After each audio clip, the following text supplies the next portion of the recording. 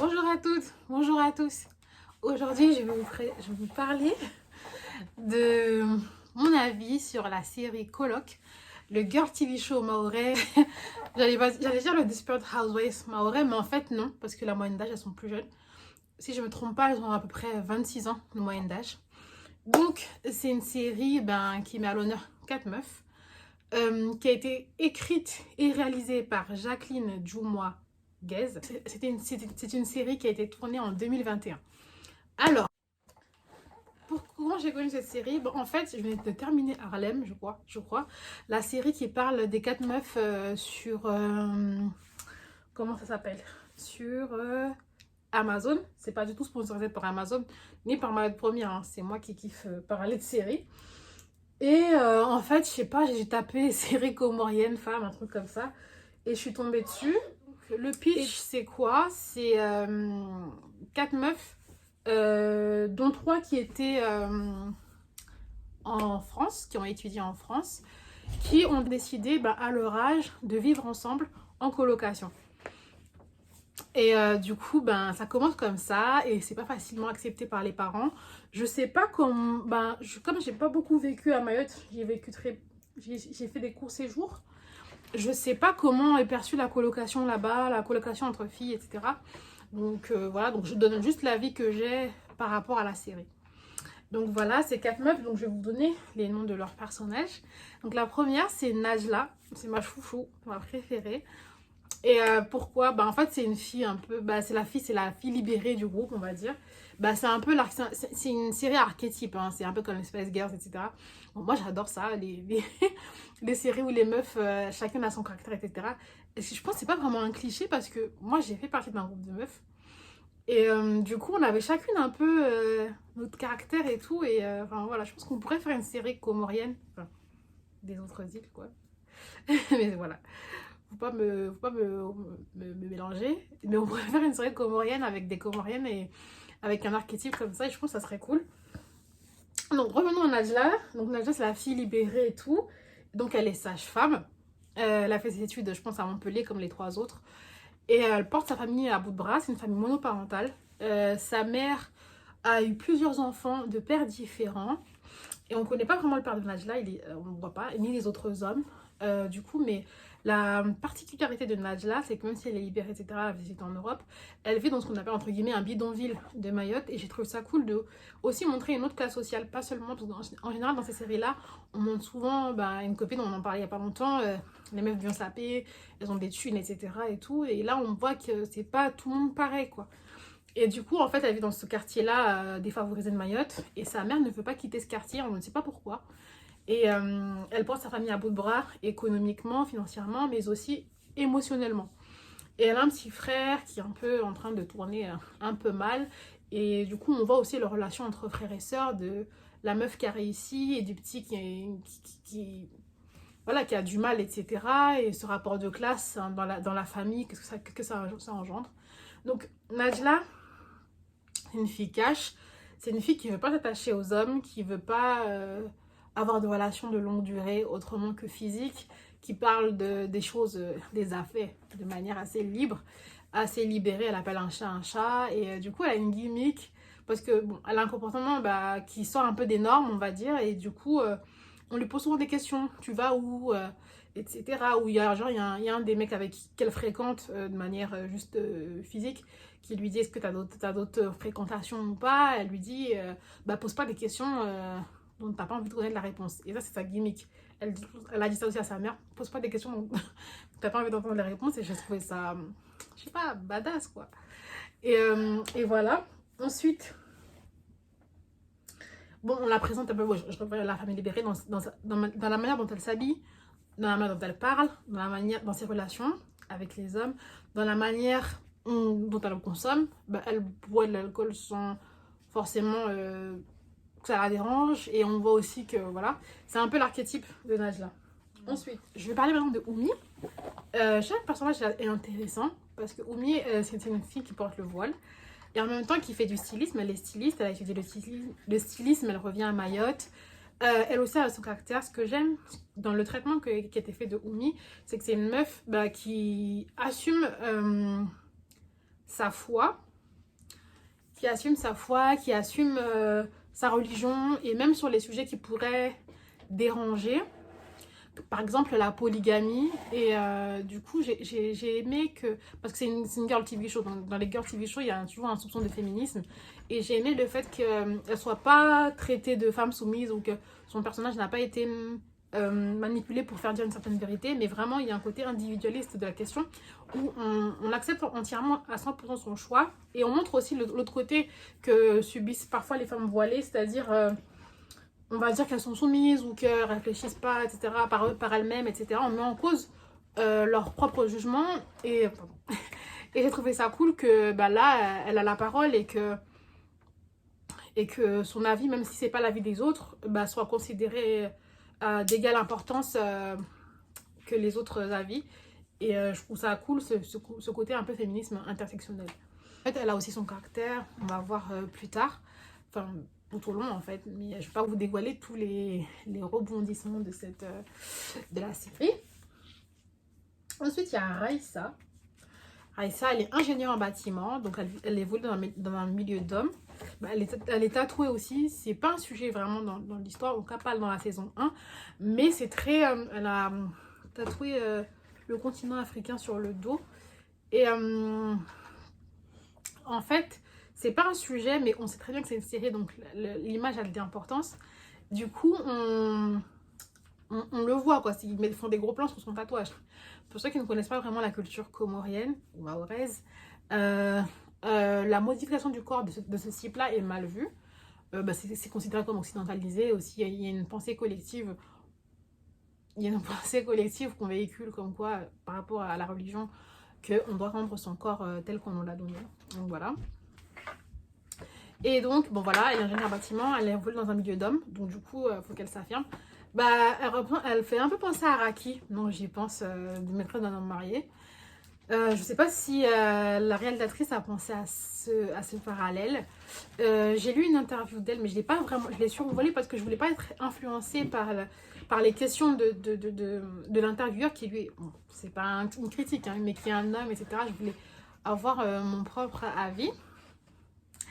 Voilà, et du coup, Madame d'homme, donc quand elle rentre chez elle, elle a pas d'intimité. Dans sa chambre, il y a sa tante qui rentre. Il y a sa tante qui entre et qui... Ben voilà, donc du coup, elle revient de France, elle avait son propre appartement, ses propres lois, sa propre liberté. Et là, elle se retrouve, entre guillemets, comme un enfant et ça lui plaît pas. Donc voilà, donc elle aussi, elle est motivée par le désir de vivre avec ses copines. Ensuite, la dernière... Farzati, je crois, si je me trompe pas. Si je me trompe de prénom, je mettrai son nom dans la série, quoi, du personnage. Donc Farzati, mais je l'aime bien, c'est ma chouchou aussi. Parce que elle a pas quitté Mayotte. Déjà pour ça, je l'aime bien. Elle est gestionnaire administrative. Et en fait, elle vient d'une famille aisée. Et son frère, lui, est médecin. Et donc, du coup, pour ses parents, c'est pas assez gestionnaire administrative. Ils aimeraient qu'elle soit plus en fait. Et du coup, on voit un peu dans ce milieu-là où on veut reproduire la classe, où on veut toujours être dans les positions les plus élevées. Clin d'œil à Marx et à Bourdieu. Et du coup, on pousse les enfants à toujours plus.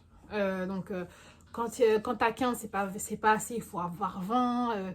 On les met dans les meilleures écoles, donc c'est un investissement. Un retour, c'est un investissement, pas forcément financier, mais de la position sociale, symbolique. Quand on est à la fac, il faut faire encore plus, il faut faire une école de commerce. Quand on est à la fac, on a fait un master, il faut un doctorat. Voilà, il faut se distinguer des autres, etc. Donc on voit ce côté où elle cherche la reconnaissance de ses parents et aussi le fait qu'elle soit riche. Parfois, ses problèmes ne sont pas pris en compte par ses copines et du coup, on la traite parfois de pauvre petite fille riche et à un moment, elle craque. Voilà, donc j'ai trouvé ça cool aussi de montrer que c'est pas parce qu'on est privilégié qu'on n'a pas aussi des problèmes. Donc voilà, je crois que j'ai parlé des 4. Maintenant, je vais parler des sujets qui ont été abordés et que j'ai trouvé cool. Ah oui, j'ai oublié de dire que oui, le frère de Farzati, donc qui est médecin, il cache un secret. C'est suggéré dès le début, en fait, vous allez le voir. Je sais pas si je vous le dis ou pas, parce que c'est pas du spoil, hein, vraiment. Mais les hommes dans cette série sont souvent présentés comme toxiques, à part ce personnage-là. Donc maintenant, je vais vous parler des sujets qui ont été abordés sur un angle un peu plus assez intéressant. Disons, on a parlé de santé mentale. C'est quelque chose dont on ne parle pas souvent dans la littérature médiatique, littérature dans le large du terme, de nos îles.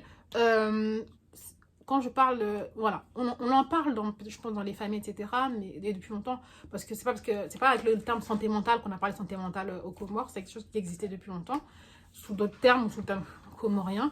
Mais là, on en parle et on montre une autre image de la femme comorienne ou mahoraise qui n'est pas forcément tout le temps obligée d'être résiliente et qui montre des moments de vulnérabilité et qui à un moment va voir un psychologue pour décharger une des protagonistes. Je ne vous dirai pas qui, vous irez voir. Et j'ai trouvé ça cool en fait, et que bien sûr qu'il y a plein de moyens de décharger ses émotions. Il n'y a pas seulement que le côté d'aller voir un psychologue, mais le fait juste d'en parler qu'on peut ne pas être bien et que c'est ok et que ça doit être reconnu par l'entourage et on doit avoir du soutien autour. J'ai trouvé ça bien. L'autre sujet qui est abordé aussi, c'est dans la série, c'est le phénomène des returnees, ceux qui retournent. Et je vais vous épargner le côté qu'on sait souvent, là, double culture, oui, on n'est pas chez nous là-bas, on n'est pas chez nous ici. Donc, ça, je vous épargne. Ça, vous connaissez déjà. Je ne vais pas vous remettre encore. Mais le truc que j'ai kiffé, qu'on parle pas souvent, mais qu'on vit en fait, c'est que des fois, quand on retourne dans notre pays, après avoir vécu longtemps en Europe, ou quand on a vécu là-bas, on est là-bas, et quand on retourne, on est un peu considéré comme des gens un peu naïfs, un peu simplés, un peu bébêtes, un peu idiots et tout par les gens qui sont là-bas, parce qu'ils pensent, parfois à tort ou à raison, qu'on ne comprend pas les codes, on ne comprend pas les sous-entendus, et en général on comprend, et on sait de quoi on parle, et du coup qu'on peut un peu nous dire ce qu'on veut, nous traiter de la manière qu'on veut, parce qu'on ne comprend pas les codes sociaux de sous-entendus ou de critiques voilées. Et là, ils en parlent. Et en fait, Raïssa, elle a une voix off. Quand on lui parle, elle répond quelque chose. Mais dans sa tête, il y a autre chose qui dit que j'ai bien compris que tu es en train de m'insulter ou tu veux savoir des informations sur moi et tout. Et que voilà, je viens de France. Peut-être que mon chimaoré, il n'est pas aussi bien qu'avant, mais je comprends, quoi. Je suis pas idiote.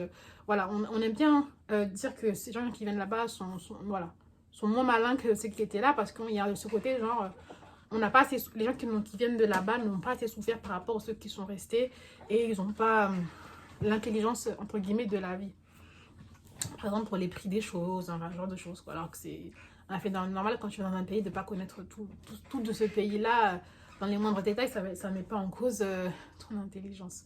Voilà. Ensuite, thème que j'ai aimé, dont on a parlé, c'était une thématique assez courageuse, je pense, parce qu'on sait que Mayotte est un département mahorais. Et on a abordé le thème des relations noir-blanc, ou mahorais blanc et mahorais noir, ou mahorais comorien, comme vous voulez, mahorais noir. Et en fait, comment ils ont abordé ce thème-là? Il y a une scène, il y a une doctoresse qui... il y a des femmes, en fait, quand elles les appellent toutes Boueni, et elle les tutoie après. Et à un moment, il y a une des protagonistes, elle l'appelle Boueni, ça lui plaît pas. Parce que, moi, j'ai pas vécu à Mayotte assez longtemps pour savoir tout ça, mais par rapport à la série, ils ont montré qu'en fait, Boueni, dans la bouche de certains, désolé de dire le terme, mais de certains occidentaux, et c'est vu comme péjoratif, comme quelqu'un de lascif, etc., etc. Et du coup, une des protagonistes n'est pas en accord avec ça. Et d'ailleurs, elle propose de se réapproprier le terme, de l'anoblir de nouveau, comme les gens ont utilisé négritude pour nègre. Voilà. Ensuite, et par contre, il y a un truc qui m'a un peu froissée, c'est que, à un moment, elles ont dit oui, on a un peu oublié notre langue, elles ont dit dialecte pour dire chimaoré. C'est un petit bémol que je mettrais, mais de toute manière, je parlerai aussi de mes réserves après. Voilà les thèmes qui ont été abordés de manière intéressante, dans un angle intéressant. Maintenant, mes réserves, parce que j'ai beaucoup de bien de cette série, mais j'ai des réserves. Bon, déjà en tant que comorienne, j'ai des réserves. Pourquoi? Parce qu'en fait, il y a un plan où on voit sur le port de Mayotte, il y a écrit Mayotte est française et le restera à jamais. Et en fait, cette phrase-là, moi, la première fois que je l'ai vue, j'ai vu la même chose à Moroni sur le port par le collectif qui se bat pour l'intérêt de Mayotte comorienne. En fait, bon, je vais faire une parenthèse politique, d'accord?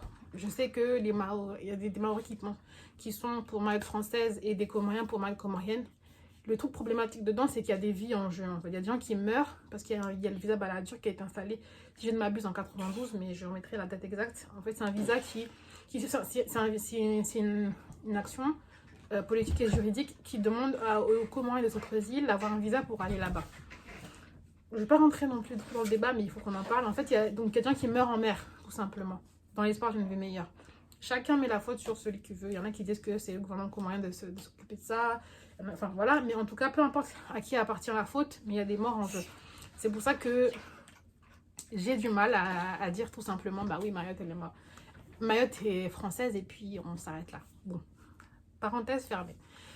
Donc il y a écrit Mayotte est française, elle le restera à jamais. Donc c'est bon, une production qui a été commandée ou c'est un appel d'offres, ou c'est Jacqueline Dumoiguez avec la société de production qui la soutient, qui ont soumis le projet. Mais le côté des migrants comoriens, entre guillemets des migrants comoriens, a été totalement occulté. Et alors qu'on sait que c'est quelque chose de majeur à Mayotte. Sinon, après les acteurs aussi, c'est des primo-acteurs. Donc du coup, le jeu n'est pas totalement naturel. Et puis aussi, c'est une écriture, c'est très très écrit. Les dialogues sont très écrits. Quand je dis très écrit, ça veut dire c'est un langage écrit. On ne parle pas de la même manière à l'oral et à l'écrit. Et du coup, c'est bien les débats philosophiques, etc. Mais en fait, du coup, on perd aussi en naturel dans le déploiement de la série. Mais voilà, mais c'est tout à fait regardable. Voilà. Bon, j'espère que je vais vous donner envie de regarder. Je pense que vous passerez un bon moment. Et voilà, vous me direz si quand vous regarderez, si ça vous a fait plaisir. Voilà. Ok, bon, à bientôt pour une nouvelle vidéo. Merci.